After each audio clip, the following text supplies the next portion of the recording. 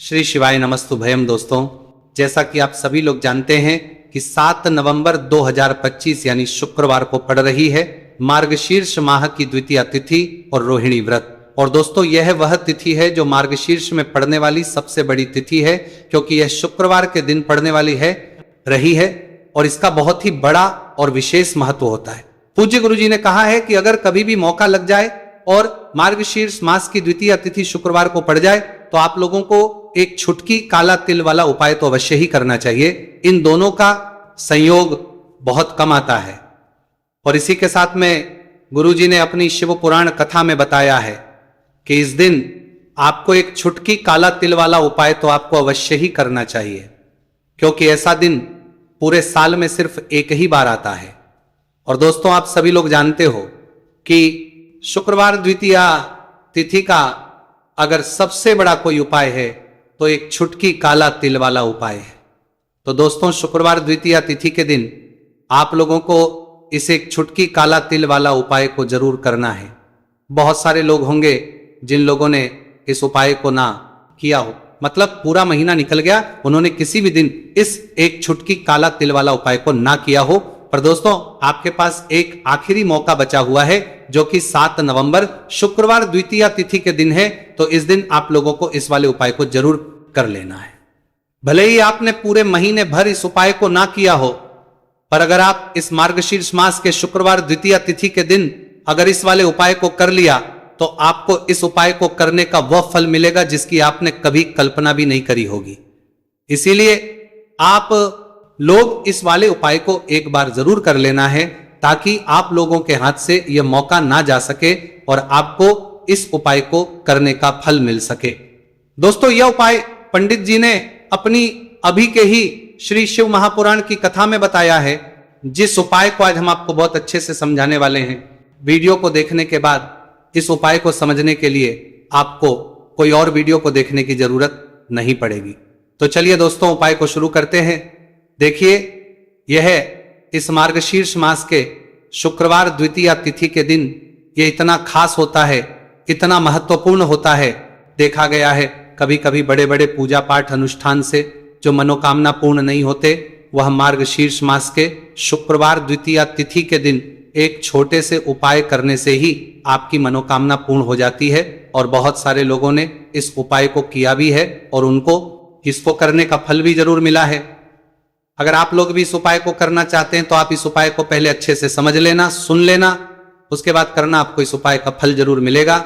और इस उपाय को कर लेने से आपके घर में चाहे किसी भी प्रकार की दुहक और समस्या क्यों ना चल रही हो, आपको उसका कारण भी नहीं पता है कि भाई ये समस्या किस कारण से चल रही है, उसका कुछ भी कारण हो सकता है, जैसे पितृदोष हो सकता है, किसी भी तरह का मंगल दोष भी हो सकता है। तो इस दिन आप लोगों को ये वाला उपाय कर लेना है। ये एक ऐसा उपाय है जिस उपाय को अगर किसी विशेष दिन पर किया जाए तो भाई उस विशेष दिन का जो है वो तो हमें मिलता ही मिलता है, पर हमने उस दिन पर इस उपाय को किया है तो हमें उससे भी बड़ा फल मिलता है, और फल बहुत जल्दी मिलता है, क्योंकि आप इस उपाय को बहुत ही बड़े और विशेष दिन पर कर रहे हो। तो चलिए अब उपाय के बारे में बात करते हैं। उससे पहले आप लोगों को यह जानना आवश्यक है कि आखिर यह उपाय किस समय करना है, किसको करना है और कैसे करना है। तो चलिए हम आगे आपको वीडियो में एक एक करके बता देते हैं। लेकिन उससे पहले अगर आप लोग हमारे चैनल पर पहली बार आए हैं या फिर मेरी आवाज आज पहली बार सुन रहे हैं तो हमारे चैनल को सब्सक्राइब जरूर कर लेना, और इस वीडियो को लाइक करके कमेंट बॉक्स में श्री शिवाय नमस्तुभयम ओम नमः शिवाय जरूर टाइप कर देना। तो दोस्तों, इस एक छुटकी काला तिल वाला उपाय को हमें इस शुक्रवार द्वितीया तिथि के दिन कैसे करना है, किसको करना है, किस समय करना है और कहां पर करना है, ये सारे सवालों के जवाब आपको इस वीडियो में मिल जाएंगे। और जो ये वीडियो देखिएगा भाई, उसको एक छुटकी काला तिल वाला उपाय जरूर करना चाहिए, क्योंकि इस दिन एक छुटकी काला तिल का भी बहुत ही बड़ा और विशेष महत्व होता है। और जब बात आ जाए एक छुटकी काला तिल वाला उपाय की, तो यह सोने पर वाली बात हो जाती है, और यह एक बहुत ही बड़ा उपाय हो जाता है इस शुक्रवार द्वितीया तिथि का। तो अब दोस्तों, इस एक छुटकी काला तिल वाला उपाय को आखिर करना किसको है, सबसे पहले हम लोग वो बात जान लेते हैं। तो देखो, घर की जो बड़ी माताएं बहनें होती हैं, उन माताओं बहनों में से कोई भी एक बड़ी माता बहन इस वाले उपाय को कर सकती है। और दोस्तों, अगर आप चाहें तो अपने घर में से सभी सदस्यों को भी इस उपाय को करवा सकते हैं।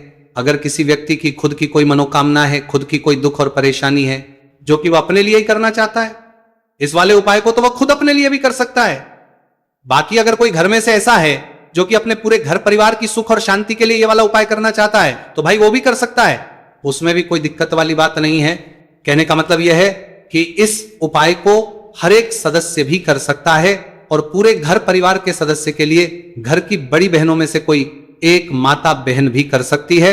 माताएं बहनें अगर घर में उपस्थित ना हो या वह यह वाला उपाय ना कर पा रही हो तो फिर घर का कोई बड़ा सदस्य भी इस एक छुटकी काला तिल वाला उपाय को कर सकता है, चाहे फिर वो पुरुष ही क्यों ना हो, उसमें कोई भी दिक्कत वाली बात नहीं है। अब दोस्तों जो अगला प्रश्न निकल कर आता है वो ये आता है इस उपाय को लेकर कि आखिर इस उपाय को हमें किस समय करना है। बरदात सुबह के समय करना है कि शाम के समय करना है? तो देखो, इस वाले उपाय को आप लोग सुबह भी कर सकते हो और शाम के समय प्रदोष काल में भी कर सकते हो। अब अगर आप पूछो कि भाई साहब सबसे उत्तम समय कौन सा रहेगा इस एक छुटकी काला तिल वाला उपाय को करने का, तो हम आपसे बस यही कहेंगे कि इस उपाय को आप सुबह के समय करेंगे तो ज्यादा बेहतर होगा।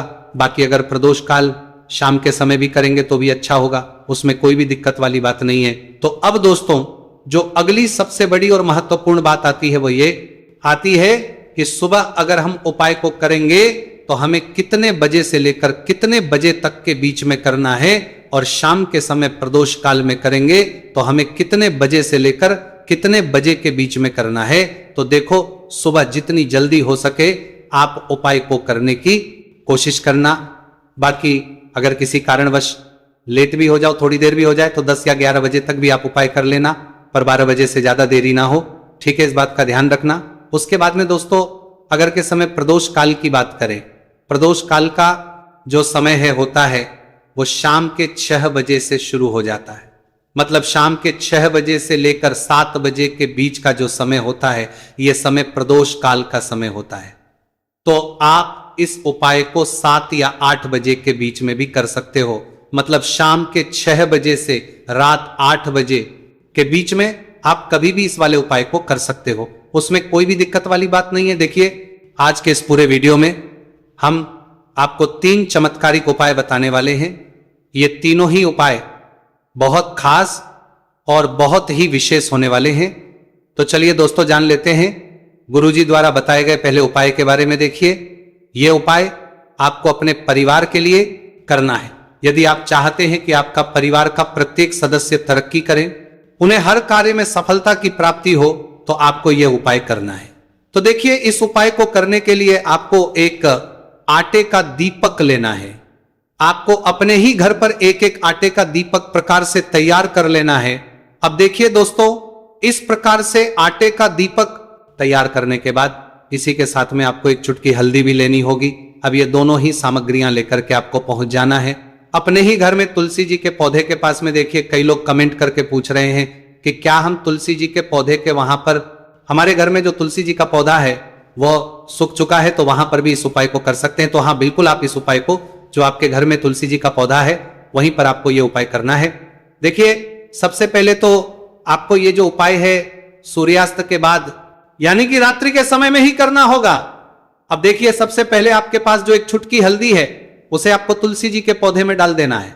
अब देखिए, आप जो एक आटे का दीपक लेकर के आए हैं, सबसे पहले तो आपको उसे तुलसी जी के पौधे के पास में रखना है, और तुलसी जी पौधे के पास में रखने के बाद इस दीपक में हमें शुद्ध घी का प्रयोग करना है, और इसी दीपक में हमें गोल रूप की बाती का प्रयोग करना है, क्योंकि ये जो दीपक है विशेषकर हम हरि विष्णु नारायण के नाम से लगा रहे हैं। अब इस दीपक को आपको प्रज्वलित कर देना है, और आपको भगवान विष्णु से, माता तुलसी से प्रार्थना करनी है कि हमारे घर में परिवार का प्रत्यक्ष सदस्य तरक्की करें, उसे अपने हर कार्य में सफलता की प्राप्ति हो, पूरा परिवार खुश रहे। हे भगवान नारायण, आप हमारे परिवार की रक्षा करना।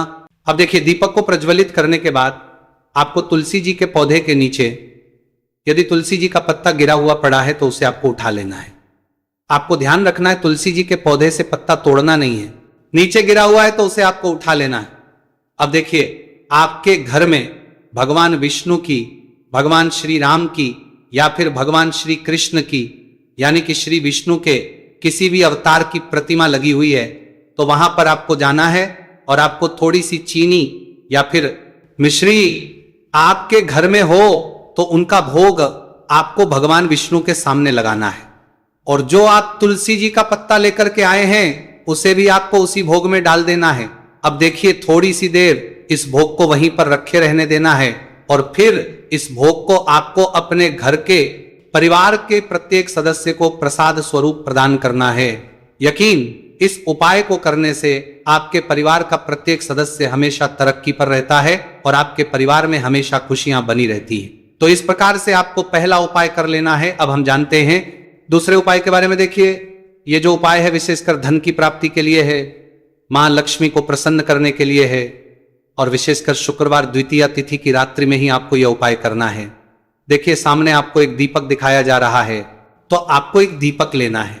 दीपक आप मिट्टी का भी ले सकते हैं, आटे का भी ले सकते हैं। अब देखिए, इस दीपक में आपको शुद्ध घी का प्रयोग करना होगा, और इस दीपक दत्त में आपको विशेषकर मोली वाला जो धागा आता है, लाल रंग का कलावा का धागा जिसे हम कहते हैं, उसकी बाती आपको इस दीपक के अंदर प्रयोग करनी है। यानी कि लंबी बाती का आपको इस दीपक के अंदर प्रयोग करना है। अब देखिए, ये जो दीपक है, आज रात्रि में लगभग 8 बजे के लगभग आपको ये जो दीपक है तुलसी जी के पौधे के पास में प्रज्वलित कर देना है। दीपक की जो बाती है उसका मुख आपको उत्तर दिशा में रखना है, इस बात का ध्यान रखना है।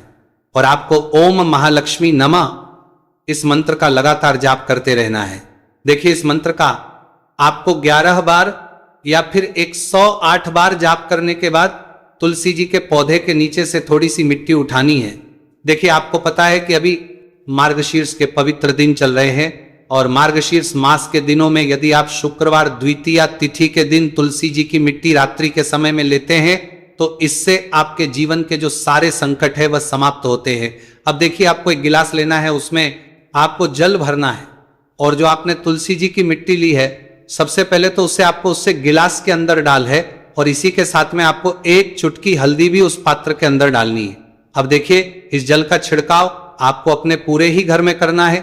देखिए, जल का छिड़काव आपको अपने घर के प्रत्येक कोने में करना है, मुख्य द्वार पर करना है, प्रत्येक कमरे में करना है। केवल अशुद्ध स्थानों को आपको छोड़ना है, बाकी आपको प्रत्येक कोने में, प्रत्येक कमरे में जहां आप धन रखते हैं, चाहे रसोई घर हो, वहां पर आपको इस जल का छिड़काव करना है। और जल का छिड़काव करते समय आपके मन में यही भाव रहना चाहिए कि माता लक्ष्मी की कृपा से हमारे जीवन में हमेशा धन धान्य के भंडार भरे रहे, और जीवन में जो भी संकट है, कष्ट है, वो सभी दूर हो। इस प्रकार से कामना करते हुए सुंदर भाव के साथ आपको ये उपाय करना है। देखिए, इस उपाय को करने से घर का जो दुर्भाग्य है वो दूर होता है, तो इसीलिए आपको शुक्रवार द्वितीया तिथि की दिव्य रात्रि में यह उपाय करना है। अब दोस्तों, हम बात कर लेते हैं तीसरे विशेष और अंतिम उपाय के बारे में। देखिए, इस इंडिया करना है, इस इजरा तिथि की दिव्य रात्रि उपाय के माध्यम से भगवान विष्णु और माता लक्ष्मी दोनों ही प्रसन्न होने वाले हैं। तो देखिए, इस उपाय को करने के लिए सबसे पहले तो आपको दीपक लेने हैं। दीपक आपको 2 लेने होंगे। आप चाहे तो दोनों ही दीपक मिट्टी के भी ले सकते हैं, दोनों ही दीपक शुद्ध आटा मनकर उनके भी तैयार कर सकते हैं। अब देखिए, दोनों ही दीपक के अंदर आपको शुद्ध घी का प्रयोग करना होगा। अब देखिए, 2 दीपक हैं, उनमें से आपको एक दीपक के अंदर गोल बाती का प्रयोग करना है, और एक दीपक में आपको लंबी बाती का प्रयोग करना है। देखिए, लंबी बाती वाले दीपक के अंदर आपको लाल बाती का प्रयोग करना है, जो मोली वाला धागा आता है कलावा का, उसी की बाती का आपको प्रयोग करना है। अब देखिए, इसी के साथ में आपको एक चुटकी हल्दी लेनी है और एक चुटकी आपको काले तिल लेने हैं। अब देखिए दोस्तों, ये उपाय भी आपको विशेषकर रात्रि के समय में ही करना होगा। तो देखिए, सबसे पहले तो आपको ये जो सभी सामग्रियां हैं तुलसी जी के पौधे के पास में लेकर के पहुंचना है। देखिए, आपके पास जो गोल बाती का दीपक है, इसे आपको तुलसी जी के पौधे के पास में प्रज्वलित करना है।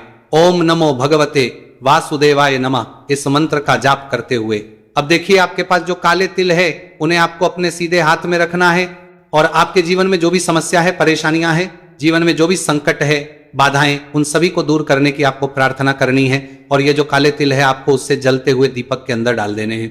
तो देखिए, इस प्रकार से हमने ये जो गोल बाती का दीपक है भगवान विष्णु के निमित्त प्रज्वलित किया है। अब देखिए दोस्तों, आपके पास जो लंबी बाती का दीपक है और आपके पास जो एक छुटकी हल्दी है, इन दोनों को आपको अपने घर के मंदिर में लेकर के पहुंचना है। देखिए आपके घर के मंदिर में जो माता लक्ष्मी की तस्वीर है या फिर माता लक्ष्मी के किसी भी स्वरूप की तस्वीर है, प्रतिमाएं हैं, तो सबसे पहले तो के सामने आपको यह दीपक रखना है। दीपक के नीचे आपको चावल या फिर अनाज के कुछ दाने अवश्य ही रखना है। देखिए सबसे पहले तो आपको ये जो दीपक है इसे माता लक्ष्मी जी के सामने प्रज्वलित कर देना है।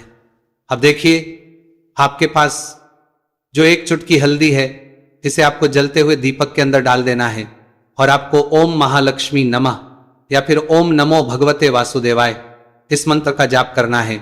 माता लक्ष्मी से आपको प्रार्थना करनी है कि जीवन से जो भी दुर्भाग्य दरिद्रता है उन्हें आप समाप्त करें और हमारे घर में हमेशा सुख शांति और समृद्धि बनी रहे, इस प्रकार से आपको कामना करनी है। तो देखिए दोस्तों, इस प्रकार से आज के इस वीडियो में हमने आपको शुक्रवार द्वितीया तिथि की रात्रि में किए जाने वाले 3 महा उपाय बताने का प्रयास किया है। जो भी आपके लिए उचित है, सरल है, उसे आप कर सकते हैं। तो दोस्तों, ये थे पूज्य गुरु जी द्वारा बताए गए कुछ बहुत ही खास उप। अगर आपको जानकारी अच्छी लगी हो तो वीडियो लाइक करिएगा। मिलते हैं फिर एक नए वीडियो के साथ। श्री शिवाय नमस्तु भयम।